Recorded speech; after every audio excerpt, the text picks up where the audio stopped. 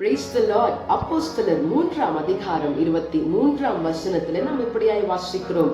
அவனுடைய சந்ததியிலே தேவன் தமது வாக்குத்தத்தத்தின்படியே இஸ்ரவேலுக்கு இரட்சகராக இயேசுவை எழும்ப பண்ணினார் என்று சொல்லி வாசிக்கிறோம். ஆம் பிரியமானவர்களே, உங்களையும் என்னையும் பாவத்திலிருந்து மீட்டெடுக்கும்படியாக இந்த உலகத்தின் இரட்சகராக வெளிப்பட்டவர் தான் நம்முடைய ஆண்டவராகிய இயேசு கிறிஸ்து. ஆம், நீங்களும் நானும் ஆராதிக்கின்ற நம்முடைய தேவன் அவர் இந்த உலகத்தின் இரட்சகர். அந்த இரட்சகரை ஆராதிக்க நம்மை விட்டுக் கொடுப்போமா? Praise the Lord. இரட்சகர் பிறந்து 2000 ஆகிறது,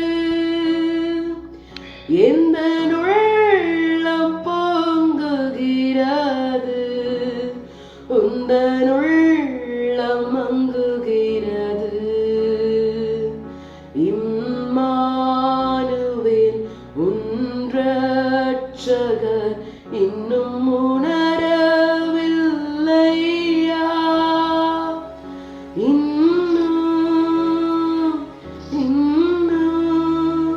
ஆம் ஆண்டவரே, இந்த உலகத்தின் இரட்சகராக எங்கள் பாவத்தை சுமந்து தீர்க்க வந்த தேவ ஆட்டுக்குட்டியாக இந்த உலகத்துல வந்த இரட்சகராக இருக்கிற உம்மை நாங்கள் உயர்த்துகிறோம். இந்த நாளிலுமே நாங்கள் மகிமைப்படுத்துகிறோம். இந்த நாளை நாங்கள் உங்க கரத்துல விட்டு கொடுக்கிறோம். இரட்சகரே, எங்களை விட்டு கொடுக்கிறோம். நீங்க பொறுப்பெடுத்துக் கொள்ளுங்க.